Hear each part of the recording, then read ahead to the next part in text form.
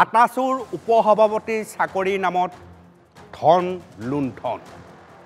যোৱা ২৪ ঘণ্টা ধৰি এই ঘটনাই যথেষ্ট চাঞ্চল্যৰ সৃষ্টি কৰিছে সমগ্ৰ অসমত মনোজ গগৈ সন্দৰ্ভত ন তথ্য ইতিমধ্যে এনকে টিভিৰ হাতত পৰিছেহি কেৱল দুলিয়াজানৰ দুই যুৱকৰ পৰাই নহয় চাকৰি দিয়াৰ নামত মনোজ গগৈয়ে ধন লৈছিল আন বহুতৰ পৰা কেৱল সৰ্বানন্দ সোণোৱালৰ নাম লৈয়ে নহয় মুখ্যমন্ত্ৰী ডক্টৰ হিমন্ত বিশ্ব শৰ্মা পীযুষ হাজৰিকাৰ নাম লৈও চাকৰিৰ বজাৰ জামুগুৰিহাটৰ এগৰাকী মহিলাৰ পৰা ৫ লাখ টকা লোৱাৰ অভিযোগ ভুক্তভোগী মহিলাৰ ফোন ৰেকৰ্ডিং এনকে টিভিৰ হাতত আৰু আমি আপোনালোকক এই ফোন ৰেকৰ্ডিং শুনাবলৈ চেষ্টা কৰিছোঁ আৰু এইজনেই হৈছে মনোজ গগৈ এয়া আপোনালোকে দেখিবলৈ সক্ষম হৈছে আটাচুৰ উপসভাপতি আছিল মনোজ গগৈ এৰ বিৰুদ্ধে গুৰুতৰ অভিযোগ উত্থাপন হৈছে প্ৰথমতে দুজন যুৱকে এৰ বিৰুদ্ধে অভিযোগ তুলিছিল আৰু এতিয়া দেখিবলৈ পোৱা গৈছে ইজনৰ পিছত ইজন অভিযোগকাৰীৰ জন্ম হৈছে আৰু ইতিমধ্যে এগৰাকী ভুক্তভোগী মহিলাৰ ফোন ৰেকৰ্ডিং আহি আমাৰ হাতত পৰিছে আমি শুনুৱাই লৈছোঁ শুনক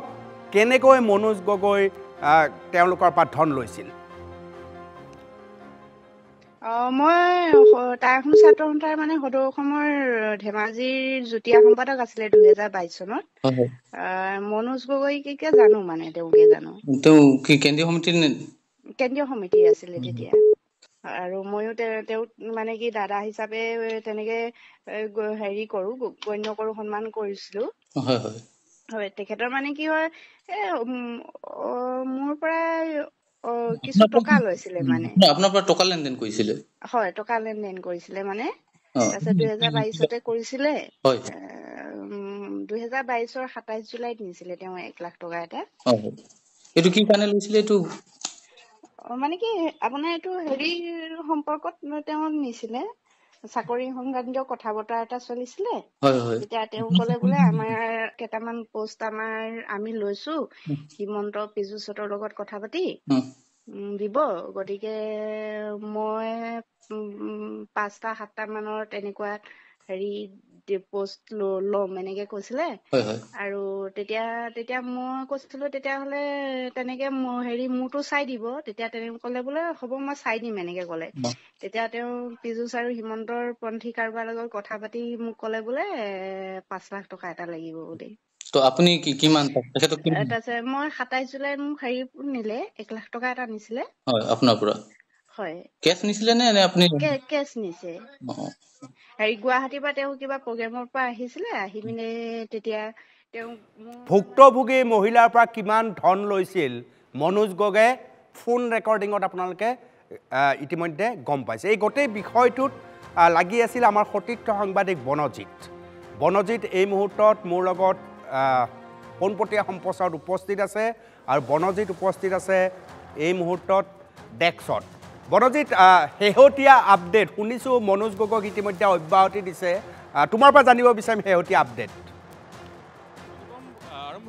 গুৰুত্বপূৰ্ণ খবৰ দিব বিচাৰিছোঁ দৰ্শকসকলক জনাব বিচাৰিছোঁ ইতিমধ্যেই টাই আহোম ছাত্ৰ সন্থাৰ কেন্দ্ৰীয় উপসভাপতিৰ দায়িত্বত থকা মনোজ গগৈক বহিষ্কাৰ কৰা হৈছে মৰাণত জৰুৰীভাৱে তেওঁলোকৰ এখন বৈঠক আহ্বান কৰা হৈছিল আৰু সেই কাৰ্যনিৰ্বাহক বৈঠকতে এই সিদ্ধান্ত গ্ৰহণ কৰা হৈছে আৰু সেই বৈঠকত গ্ৰহণ কৰা সিদ্ধান্ত অনুসৰি বিভিন্ন সময়ত সংগঠনৰ বিৰুদ্ধে গৈ কাম কৰিছিল মনোজ গগৈয়ে বিভিন্ন সময়ত এই মনোজ গগৈয়ে যিসমূহ চাকৰিৰ নামত ধন সংগ্ৰহ কৰাৰ অভিযোগ উত্থাপিত হৈছে সেই অভিযোগসমূহ সন্দৰ্ভত তেওঁলোকে তদন্ত কমিটি গঠন কৰিছিল আৰু সেই তদন্ত কমিটিয়েও দোষ বিচাৰি পাইছে মনোজ গগৈৰ আৰু সেয়েহে টাই আহোম ছাত্ৰ সন্থাৰ কেন্দ্ৰীয় সমিতিৰ পৰা বহিষ্কাৰ কৰা হৈছে সাধাৰণ সদস্য পদৰ পৰা বহিষ্কাৰ কৰাৰ সিদ্ধান্ত গ্ৰহণ কৰা হৈছে আৰু মৰাণত এই তেওঁলোকৰ বিশেষ বৈঠকৰ আয়োজন কৰা হৈছিল যি বৈঠকত সেই সিদ্ধান্ত গ্ৰহণ কৰিছে টাই আহোম ছাত্ৰ সন্থাই জনাব বিচাৰিছোঁ দৰ্শকসকলক ইতিমধ্যেই এই বিষয়টোক লৈ যোৱা 2টা দিনত সৰব চৰ্চা হৈছিল আমি এই খবৰটো পোহৰলৈ অনাৰ পিছতেই টাই আহোম ছাত্ৰ সন্থাৰ ভিতৰ ভাগত এই বিষয়টোক লৈ কথা বতৰা আৰম্ভ হৈছিল এজন কেন্দ্ৰীয় নেতাই যেতিয়া চৰকাৰৰ নামত এই ধৰণে চাকৰিৰ দালালি কৰিব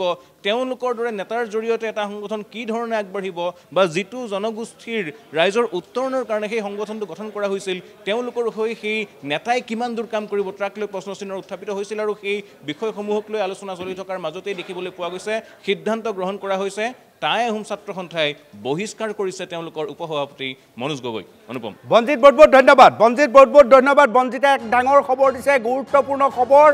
NKTVৰ ধাৰাবাহিক বাতৰিৰ প্ৰভাৱ আটাচুৰ পৰা বহিষ্কাৰ উপসভাপতি মনোজ গগৈ চাকৰি দিয়াৰ নামত ধন সংগ্ৰহ কৰাৰ অভিযোগ উঠিছিল মনোজ গগৈৰ বিৰুদ্ধে ইতিমধ্যে ফোন ৰেকৰ্ডিঙো মই আপোনালোকক দেখুৱাইছোঁ আৰু মৰাণত অনুষ্ঠিত হোৱা জৰুৰী কাৰ্যনিৰ্বাহক বৈঠকত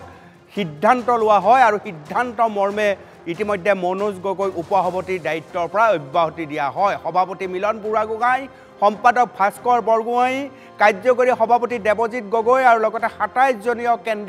কেন্দ্ৰীয় সমিতি বৈঠকত এই সিদ্ধান্ত গ্ৰহণ কৰা হয় সংগঠনৰ তদন্ত সমিতিৰ তদন্তত দোষী সাব্যস্ত হৈছে মনোজ গগৈ আৰু আটাচুৱে দোষীক বচাই দিবলৈ বিচৰা নাই যি দোষী তেওঁক দোষী বুলি ইতিমধ্যে চিনাক্ত কৰিছে আৰু তেওঁলোকৰ বিৰুদ্ধে দৃঢ় ব্যৱস্থা গ্ৰহণ কৰি মনোজ গগৈক আটাচুৰ উপসভাপতি পদৰ পৰা অব্যাহতি দিয়া হৈছে